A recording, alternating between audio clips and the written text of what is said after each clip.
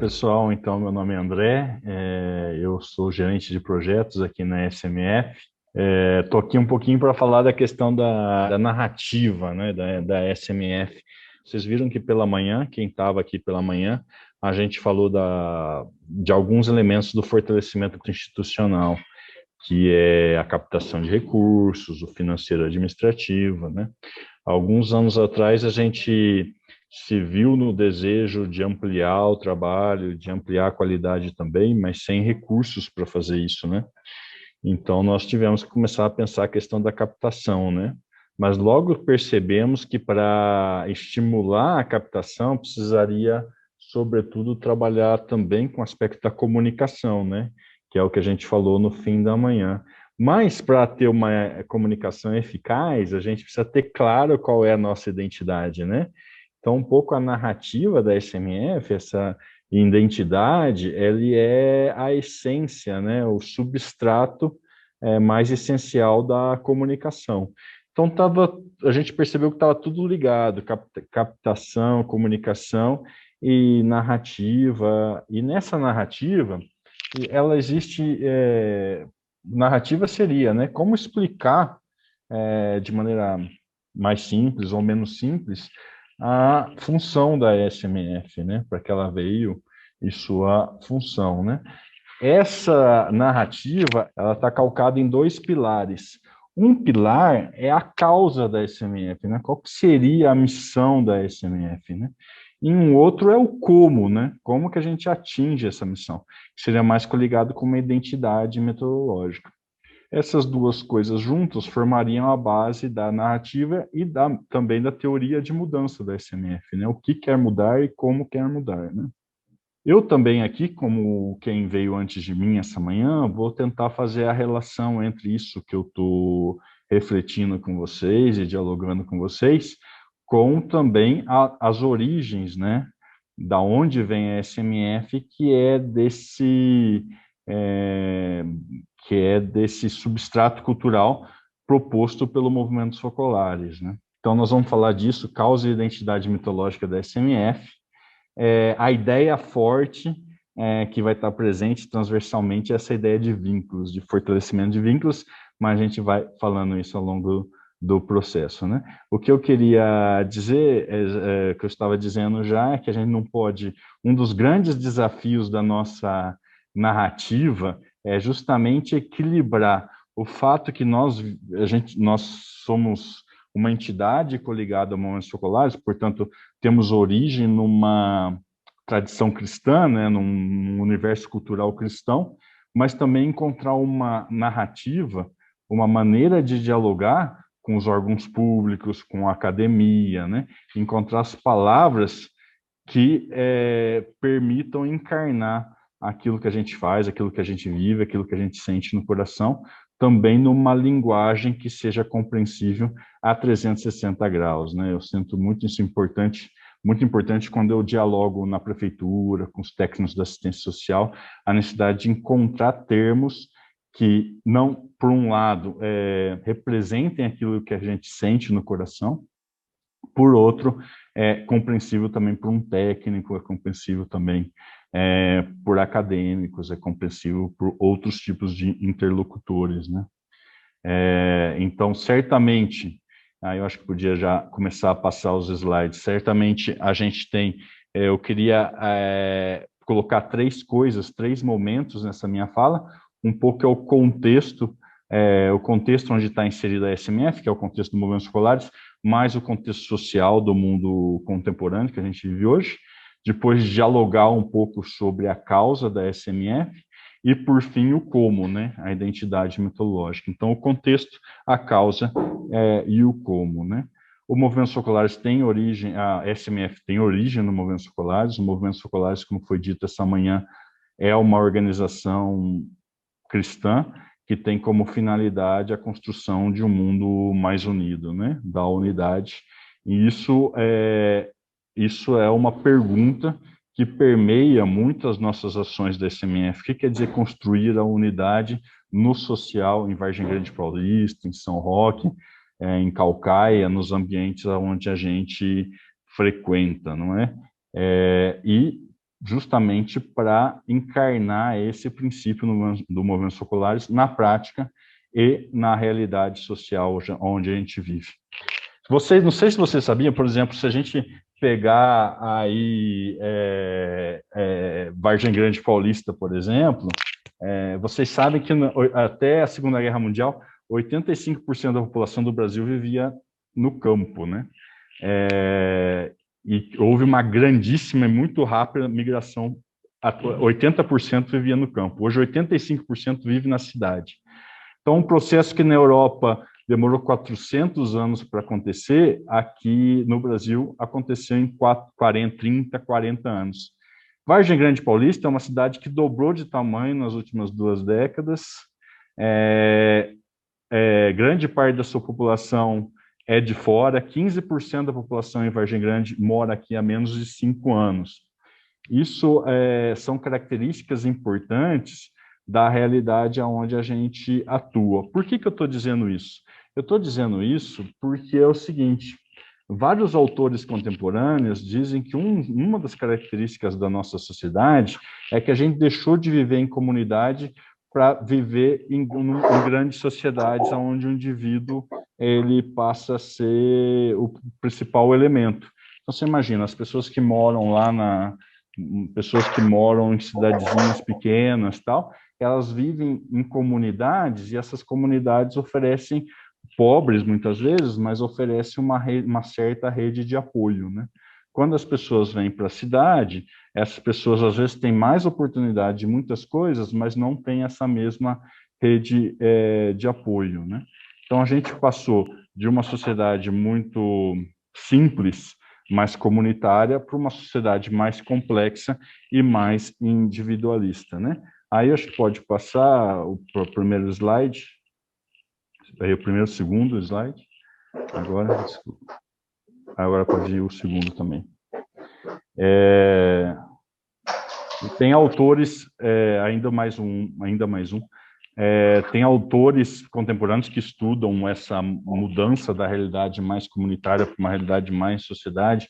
Eu acho que os principais são esses, o Bauman e o Espósito, que explicam muito bem como que se deu esse processo, né? E ainda mais o próximo slide agora, não vou ficar lendo aqui para encurtar, o próximo slide são esses autores aí, autores contemporâneos super importantes, que eles demonstram os efeitos dessa vida não em comunidade na formação da subjetividade, né? O que está acontecendo com as pessoas hoje, né?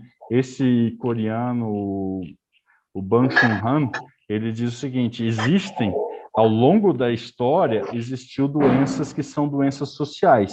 Por exemplo, a peste negra, ou o problema com as vacinas no século XIX e tal.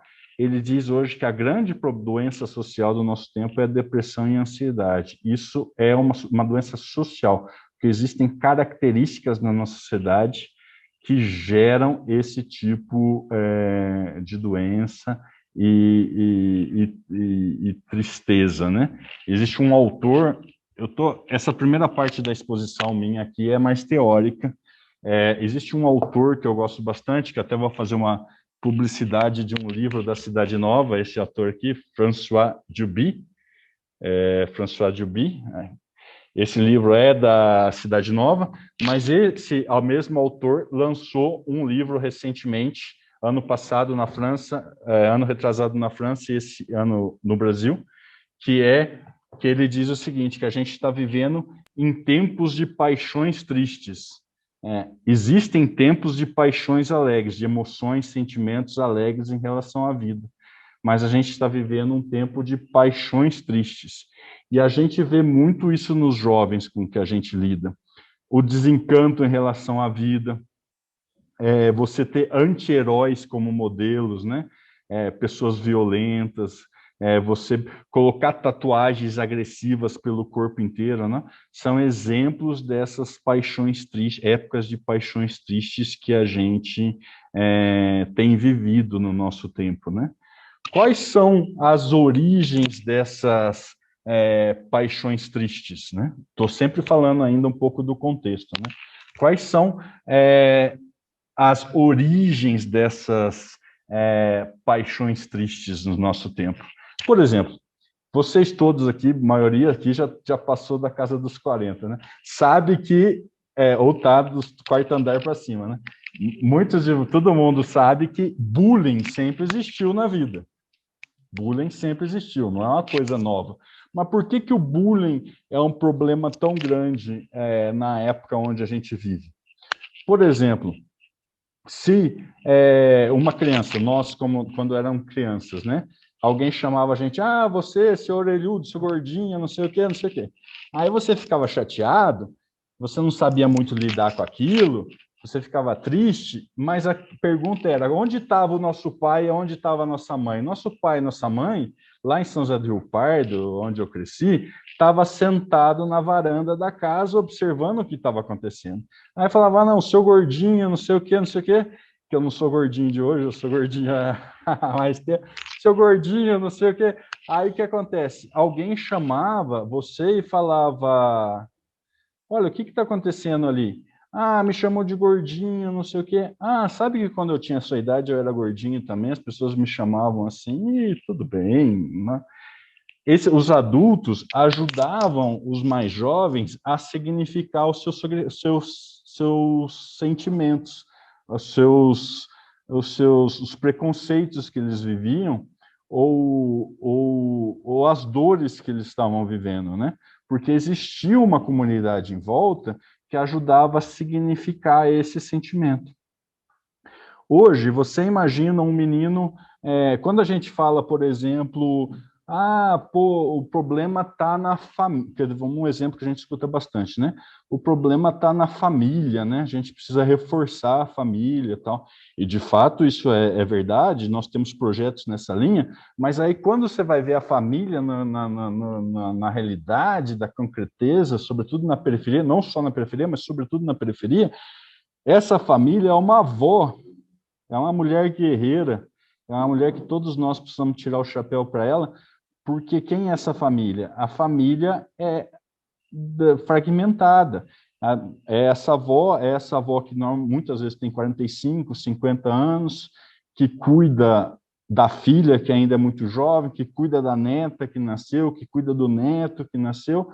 Quem dá apoio a essa mulher, né? Quem dá apoio a essa criança? Então, quando a gente foi fazendo essas reflexões, muito influenciados também por uma reflexão que vinha sendo feita no movimento Focolares em esfera internacional, e que é o tema principal do Pacto Educativo proposto pelo Papa Francisco, é que você precisa de toda uma aldeia para educar uma criança. Então, aonde está a aldeia hoje? Eu, na minha infância, experimentei ainda a aldeia, porque a família era composta por avós, por tios, por primos da minha mãe, primos do meu pai, pessoas que ajudaram no meu crescimento e que me ajudaram a significar momentos difíceis na minha vida e me ajudaram a crescer, né? Mas onde está essa comunidade que protege? Onde está essa aldeia hoje, né? Se nem mesmo a família existe como a gente pensa, né? Porque ela está calcada muito nessa mulher guerreira que está sozinha, né? Nesse sentido, a gente, identificando esses aspectos, a gente começou a pensar que talvez a pegada da SMF para esse ano, para essa década de 2020, não fosse tanto o trabalho com criança e adolescente, mas, sem esquecer o trabalho com criança e adolescente, reforçar o entorno dele, né? Reforçar as redes de apoio em volta, reforçar a família, reforçar essa ideia dessa aldeia, dessa comunidade educadora, né? Dessa aldeia que forma, né? O que é basicamente o tema do fortalecimento comunitário, né? Se vocês veem aí no banner do site, que foi mostrado pelo Rafael mais cedo, tem que nós fazemos é fortalecemos comunidade. A gente fortalece comunidade esquecendo o trabalho com criança, adolescente, jovem? Não, a gente fortalece comunidade porque a gente acredita que esse é o caminho para a gente proteger esse adolescente de maneira adequada, né? No segundo momento, depois do intervalo, nós vamos falar de um projeto que a gente tem, que chama Espalhando Cuidados, que é justamente a tentativa de apoiar essas mulheres e essas mães no acompanhamento às suas crianças, tal, sempre na linha do fortalecimento comunitário, né? Sim, e ótimo. Podemos continuar. E nessa época de paixões tristes, né? Paixões tristes, fortalecimento, a gente discutindo tudo isso daqui, a gente se deparou com um documento muito recente do governo brasileiro que chama Concepção de Convivência e Fortalecimento de Vínculos. Esse documento é bastante interessante. Todo mundo que quisesse saber um pouco mais sobre a identidade da SMF deveria se debruçar nesse documento. A gente não chegou nele de repente. A gente já vinha lendo muitas coisas nesse sentido, mas esse documento fala de uma coisa chamada fortalecimento de vínculos. Por quê? Porque é sempre contexto ainda, mas por que o fortalecimento de vínculos?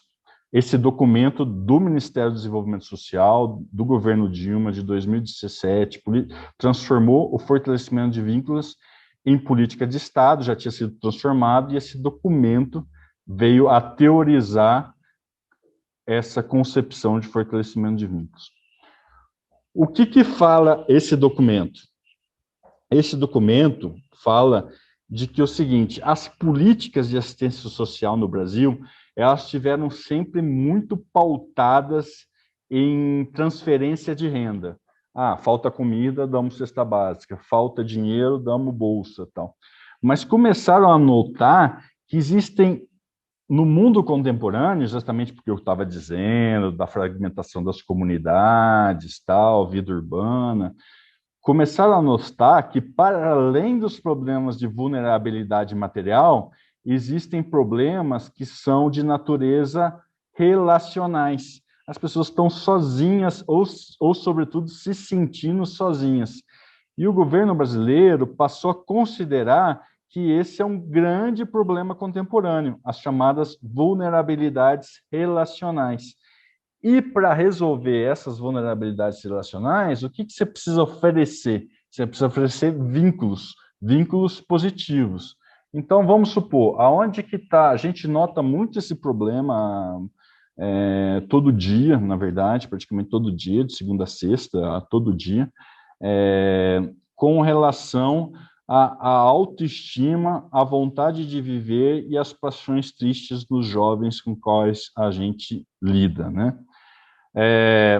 A ideia da questão dos vínculos, ela se baseia na teoria Winnicott, Vygotsky, Paulo Freire, que estão ligados na ideia que eu, como pessoa, me formo a partir dos encontros que eu tenho na minha vida.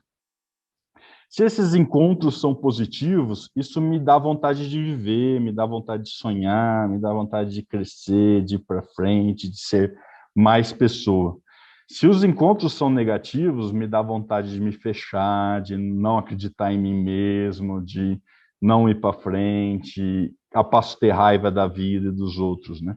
Então, você imagina, esses dias aconteceu uma coisa que me foi relatada, que surgiu uma oportunidade de trabalho para um jovem que a gente acompanha, e ele foi na frente do trabalho e ficou andando bastante tempo no quarteirão, sem coragem de entrar para a entrevista, né? Mas você imagina, a entrevista está lá, a oportunidade estava lá, a coisa já estava engatada, e ele não entrou por vergonha, por não acreditar em si mesmo, né? Porque você imagina esse menino sofrendo bullying a vida inteira, sem ninguém ajudar ele a significar, ele não se percebe de maneira negativa, né? Então, por exemplo, tem outras pessoas que a gente acompanha, você imagina o menino crescer ouvindo assim: seu pai é um bandido, é um safado, sem vergonha. Aí no dia seguinte ele fala: você é igualzinho seu pai. E no outro dia, seu pai é um safado, e no outro dia você é igualzinho seu pai. Isso vai minando o autoconceito, o conceito que o rapaz tem dele mesmo durante a vida. Aquilo lá é uma ferida que vai ficando lá. Então, a gente nota que em Vargem Grande, por exemplo, existem muitas possibilidades de trabalho, de oportunidades, tal. Muitas vezes o jovem não acessa essa oportunidade porque ele não acredita nele mesmo. Mas ele não acredita nele mesmo por quê? Porque o olhar sobre ele ao longo do tempo foi um olhar de insuficiência, ou de outros sobre ele, o que foi constituindo um olhar de insuficiência dele sobre ele mesmo, né?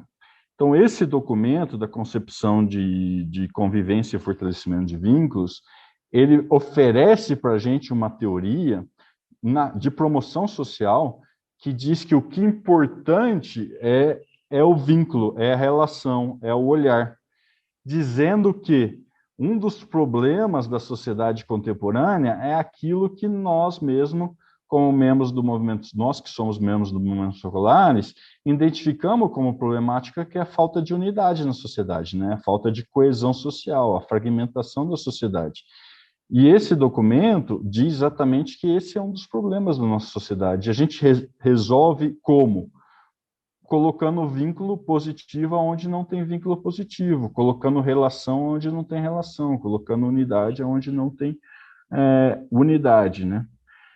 Aí, o que acontece? Isso faz com que a gente esqueça dos problemas da vulnerabilidade material? Não, a gente trabalha com acesso a direitos, a gente distribui cesta básica, tal. O que a gente vê é que tanto o problema da vulnerabilidade material é gravíssimo, quanto o problema da vulnerabilidade material é gravíssimo, e da relacional é gravíssimo. Os problemas de vulnerabilidade relacionais a gente pode encontrar em qualquer lugar, em condomínios chiquérrimos ou em bairros periféricos, né? Aonde está a preferência da SMF? Aonde está a preferência dos nossos projetos? É, sobretudo, aonde essas duas vulnerabilidades se encontram, onde a pobreza e a vulnerabilidade material se justapõem. Aí a gente tem um problema e outro problema, quando esses dois problemas se conjugam, ali são situações muito tristes, muito graves mesmo, né? Porque é a situação de pobreza, mais a da fragmentação, da solidão, e aí, por exemplo, isso nos levaríamos a pensar, por exemplo, né? Quem está numa situação melhor? Uma pessoa, por exemplo, desculpa, só dar um dado para vocês. Em Vargem Grande Paulista, a renda média per capita é 3 vezes maior que a renda média per capita no Brasil. Contudo, eu faço a pergunta para vocês: quem que está melhor? Uma pessoa que está numa cidadezinha do interior qualquer, que tem a sua própria casa, muito simples, mas tem a sua própria casa, que tem uma rede de apoio em volta dela, que no dia que ela precisa, tem a avó, tem o primo, tem o tio que apoia, ou uma pessoa que está sozinha em Vargem Grande Paulista, que tem uma renda mais alta, mas que 67% do trabalho em Vargem Grande é informal, quem que está numa situação melhor ou pior? É difícil dizer, né? Porque aquele lá, às vezes, está com menos renda, mas está com mais colchão social de apoio em volta dele, tem uma rede de apoio em volta dele, enquanto a pessoa que está aqui tem uma renda maior, mas não tem todo esse apoio, né? A gente, por exemplo, acho que tem um próximo slide Rafael, que demonstra um pouco o que são as vulnerabilidades materiais e o que são as vulnerabilidades relacionais, de acordo com o documento do governo, né? Então, aqui vocês podem ver pobreza, desemprego, tal, privações são vulnerabilidades materiais, e aqui tem as vulnerabilidades que são vulnerabilidades relacionais, né? Discriminações etárias, abandono, conflito, incertezas, tal. E para a gente, aonde realmente a situação se complica, é aonde esses dois tipos de vulnerabilidade se encontram, né? Então, eu estava dizendo, apoiamos muitas pessoas que, durante a pandemia, que estavam sozinhas, né? Pobres e sozinhos são a combinação, né? A combinação talvez mais dolorosa da periferia das grandes cidades no Brasil, né? Na América Latina, imagino de modo geral, né?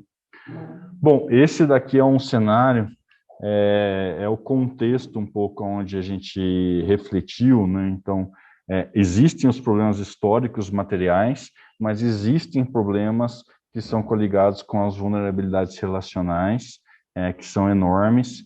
O grande problema é que esses dois aspectos se encontram na periferia na qual a gente lida, com a gente trabalha, tal, né? Então, a gente vê uma juventude cada vez mais ferida, porque não teve ninguém que ajudou eles a crescerem, a significar os próprios sofrimentos.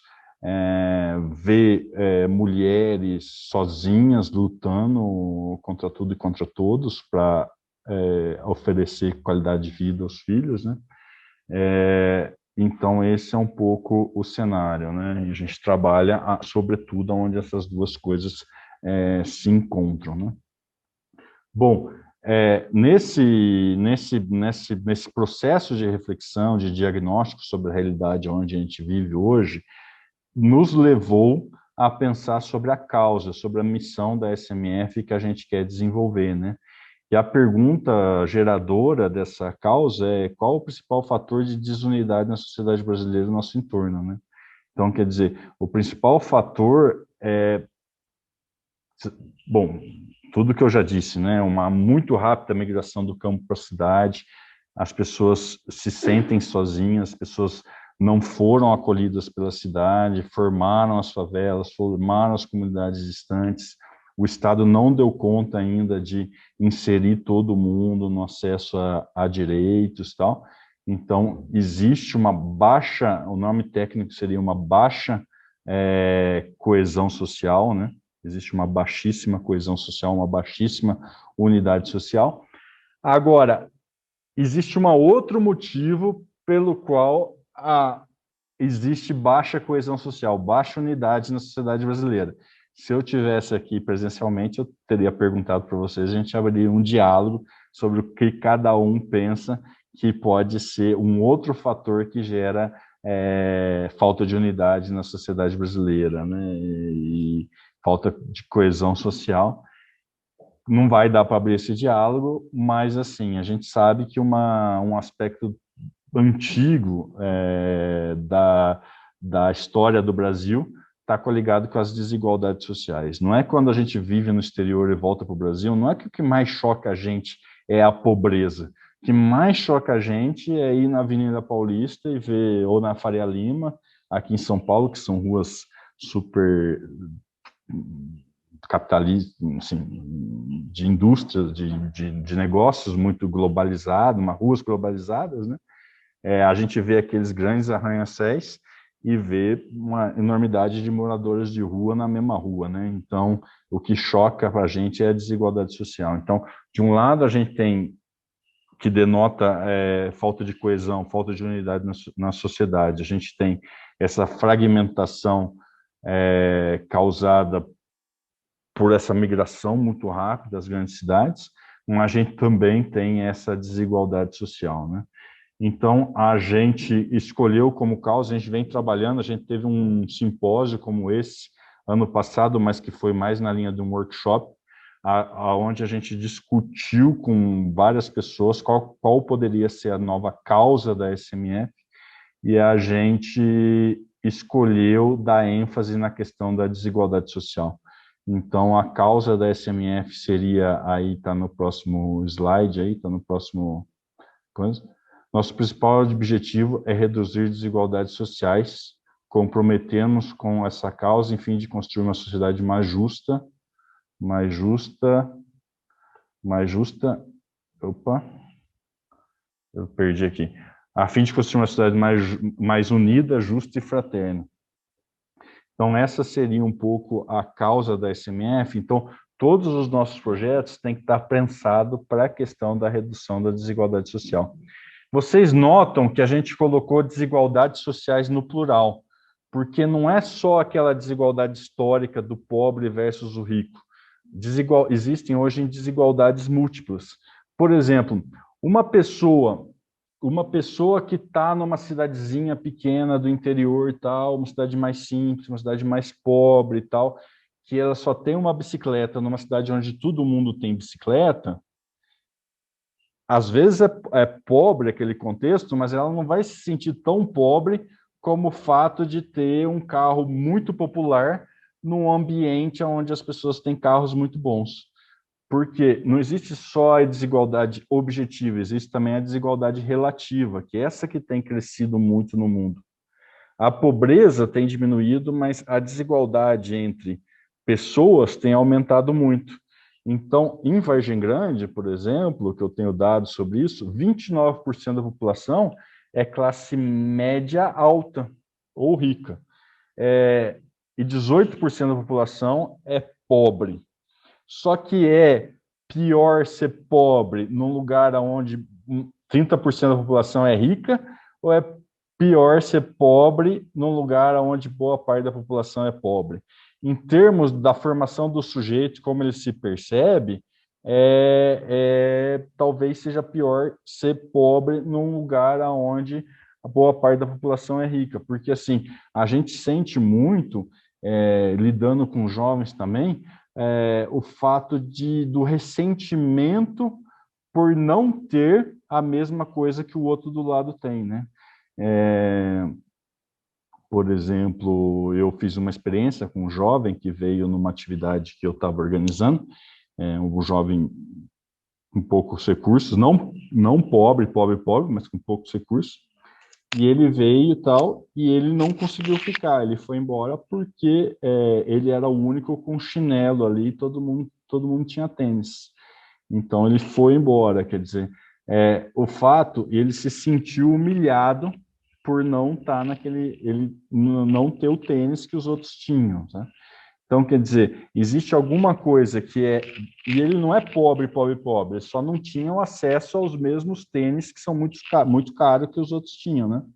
Então, existe o que é pobreza, existe o que é desigualdade, existe o que é desigualdade relativa, né? E a desigualdade relativa vem crescendo muito no mundo hoje. Outras desigualdades que existem no Brasil, que são super conhecidas, por exemplo, a cada 2 minutos morre uma mulher no Brasil de feminicídio, né? Então, aí não é tanto uma desigualdade coligada à riqueza ou pobreza, mas a uma questão de gênero, né? Existem desigualdades coligadas à questão da raça no Brasil, né?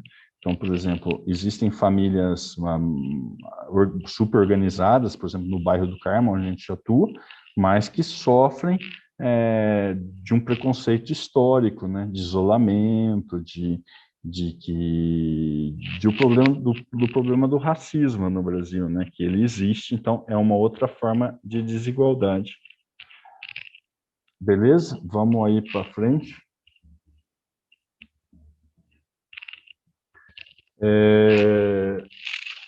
E aí, como a gente quer realmente trabalhar, então a gente tem o contexto é o contexto da fragmentação social, que existem vulnerabilidades que são materiais e vulnerabilidades que são relacionais.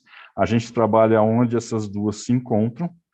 A causa da SMF é diminuição das desigualdades sociais, que é a manifestação desse encontro dessas duas vulnerabilidades, porque existe a pobreza e a riqueza, mas também existe a sensação de eu não me sentir incluído porque eu não tenho o que o outro tem, porque eu não tenho a mesma inclusão que o outro tem, porque a sociedade ela é racista e ela é muito machista ainda no Brasil.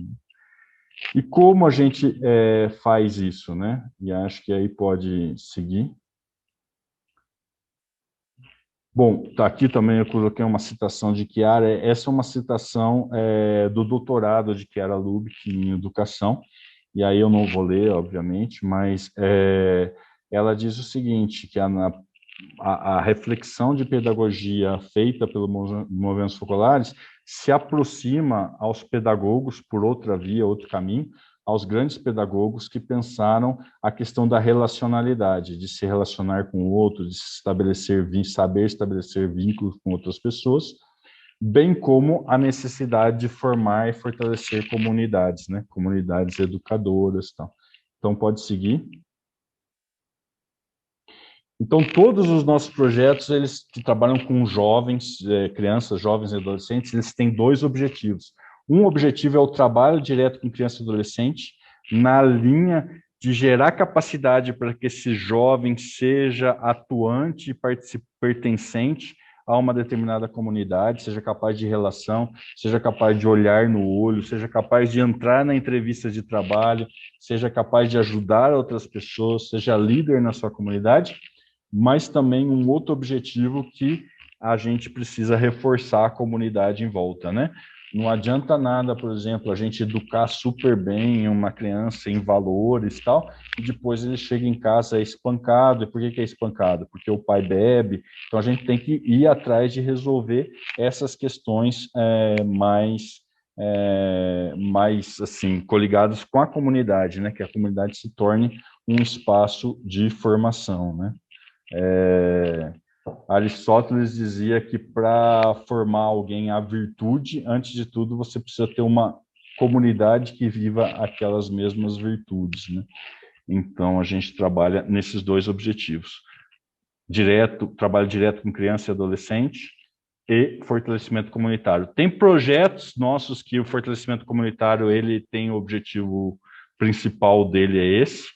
Tem outros que o objetivo principal é o trabalho com a criança, mas sempre com esse objetivo de fortalecimento comunitário. Podemos continuar aí, que eu não... Bom, então esses seriam os três pilares da estratégia metodológica. O primeiro deles é o fortalecimento comunitário. Então, a gente trabalha com toda a comunidade, garantindo acesso a direitos. A gente tem plantões de acesso a direitos civis. Então, por exemplo, algum problema que a pessoa tenha, tal, a gente oferece esse trabalho para que a pessoa passe a receber o auxílio do governo baseado nos seus direitos civis, né? Essa é uma coisa. Outra coisa é do fortalecimento comunitário é formação de lideranças. A gente trabalha muito na tentativa de formar jovens líderes na comunidade. Uma terceira coisa do fortalecimento comunitário, que vai aparecer mais para baixo, eu não preciso guardar tudo agora, vai aparecer mais para baixo, é o seguinte, é a gente sempre tentar trabalhar em redes, fortalecimento de redes, né? Por exemplo, lá no nosso centro social, no bairro do Carmo, um exemplo, por exemplo, já tem pessoas que fazem ótimos trabalhos com treinamento de futebol. Será que a gente precisa ter no nosso centro futebol, ou a gente pode fazer uma parceria com pessoas, lideranças do bairro que já desenvolvem um trabalho muito bom nesse sentido, sem dinheiro, sem capacitação, na garra mesmo? Será que não é melhor a gente identificar essas lideranças e dar condições para eles desenvolverem junto com a gente, a comunidade? Então, nessa lógica do fortalecimento comunitário, os nossos centros se tornam espaços de catalisação de lideranças. No bairro do Carmo, por exemplo, sábado teve um encontro das lideranças do território todo ali que envolve o bairro do Carmo, justamente na tentativa de construção de sinergias, né? Então, fortalecimento comunitário muda muito a lógica, muda para melhor, você gera mais impacto com menos custo, né? Mais impacto com menos custo, que a gente faz aquilo que nós, como expressão dessa organização internacional que é o Movimento Socolares, que trabalha pela unidade, fazer aquilo que tem que fazer mesmo, né? Ser catalisador de esforços, ser catalisador de unidade e junto com a comunidade transformar, né? Então a gente sente muito forte essa como o principal viés a ser trabalhado nessa fase, nessa próxima década aqui, que é, né, a década de 2020, né? Fortalecimento comunitário, catalisadores de unidade, né? Isso, e depois, essa é a primeira coisa. A segunda coisa é fortalecimento de vínculos como estratégia de emancipação social. que aí entra toda a teoria sobre o olhar, sobre a relação, né? Que eu estava dizendo antes, né? Esse menino que cresceu dizendo, você vai ser bandido que nem não sei quem, você vai ser... O menino, ele apronta alguma coisa na escola, quebra um vidro, joga uma pedra no vidro. Tá vendo? Você vai ser bandido que nem seu tio. Isso vai marcando a identidade do menino. Então, o que a gente precisa fazer é encontrar estratégias, espaços, seja time de futebol, seja seja oficina de música, seja programas de voluntariado, tudo para que o olhar dessa criança, desse jovem sobre ela mesma mude através do olhar positivo de outros adultos sobre ela. Então, por exemplo, a gente tem um programa, depois eu vou falar, mas só para falar rapidinho, a gente tem um programa chamado Voluntariado Educativo, que é oferecer espaços de voluntariado para jovens do próprio bairro. A gente dá uma camiseta para eles, uma camiseta de voluntariado, por quê?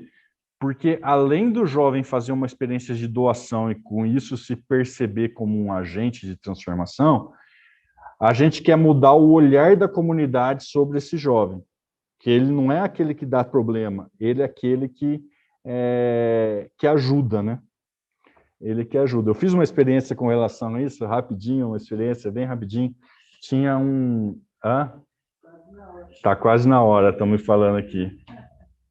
Deixa eu ver. 8 minutos eu tenho, né?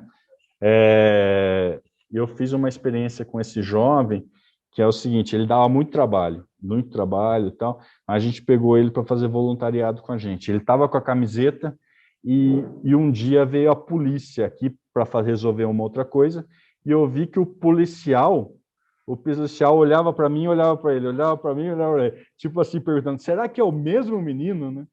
Será que é o mesmo menino que dá tanto trabalho para a gente, né? Com a camiseta do voluntariado. Então, você vai mudando o olhar da comunidade sobre aquele menino e assim você vai mudando o olhar dele sobre ele mesmo. Ele deixa de ser aquele futuro causador de problema para ser um construtor de alguma coisa, né? Bom, aí outra coisa é educação em valores. Educação em valores, puta, seria uma aula super... Estou me censurando aqui que eu falei uma palavra... seria um tema à parte, aquilo que a gente tem uma tradição enorme no Movimentos Escolares, mas basicamente seria a ideia de formar a valores para a vida em sociedade, né? Formar a relacionalidade. Aqui seria toda uma metodologia que a gente usa. Uma delas, a principal, é o dado do amor, certamente, mas também a aprendizagem de serviço solidário, que é uma metodologia que a gente acredita muito, que é muito legal, que é ajudar o jovem a se doar na comunidade. Ótimo, agora vamos aqui, realmente o tempo está indo. Eu queria só o último slide agora. Aí, possíveis caminhos, mas que a gente já está fazendo, né? Então, quer dizer, os nossos centros sociais que a gente tem, muito baseados nessa ideia, cada vez mais capacitando a equipe, a questão do olhar, isso que é fundamental, é não olhar aquele menino com olhar de julgamento. Eu me lembro uma vez que um outro menino, um outro rapaz me falou o seguinte, a gente vem aqui e a gente não se sente julgado. É o começo da cura, quando o cara se sente não julgado. Aqui a gente se sente bem, porque a gente não se sente julgado. E aí, para além do julgar, a outra coisa ainda é que a gente consiga sonhar o rapaz, sonhar ele como sonhar ele, eu vou me permitir dizer aqui, né, naquele projeto divino de amor que existe para aquela pessoa, né? Sonhar ele como sujeito de possibilidades, como um cara que pode, não como um cara insuficiente, limitado, que alguém disse ou isso para ele no passado, né? Mas como sujeito de possibilidades. Então, a questão do olhar, do vínculo, do olhar, da fala, que vê o outro como sujeito de possibilidades. Formação de crianças e jovens em prol da vida em comunidade é educação em valores, né? Por exemplo, o programa de voluntariado educativo, né? Que é ajudar os jovens a ajudar a gente a cuidar de outros, né? Construção de rede de apoio e proteção para além da nossa instituição. Todos os nossos projetos a gente está tentando ver como que tem esse aspecto também, quer dizer, como que eu colaboro com a escola para a escola seja melhor? Como que eu faço parceria com o posto de saúde para que o posto de saúde seja melhor? Como que eu faço parceria com entidades já existentes no território, por exemplo, no bairro do Carmo, que já ensina futebol, para que aquela instituição fique mais forte e porque com isso a comunidade fique mais forte, né? Então, a questão da rede de proteção, rede de apoio, né, e proteção. Depois, aplicar e difundir o princípio da pedagogia das comunidades educadoras e um viés do cuidado. Para além de trabalhar com a criança, a gente precisa ensinar a comunidade a ter esse olhar positivo sobre a criança. E nisso que a gente tem no momento, sobretudo, é esse projeto Espalhando Cuidados, que é colaborar com as mães e com as mulheres nesse viés do cuidado, né? Quer dizer, dar condições para elas e capacitar elas nessa questão do olhar também. Então, quer dizer, não é só nós que olhamos, mas nós ajudamos a comunidade a olhar num viés do cuidado, num viés de enxergar aquela criança, aquele adolescente como sujeito de possibilidades, não como ser limitado, que dá problema, que dá trabalho, que dá... Eu acho que era isso que eu tinha a dizer. Agora, o próximo slide é um obrigado. Acho que era isso que eu tinha a dizer. Eu sei que é uma palestra com muitas informações, porque é muita coisa para pouco tempo. Normalmente seria melhor dialogar, né? Mas,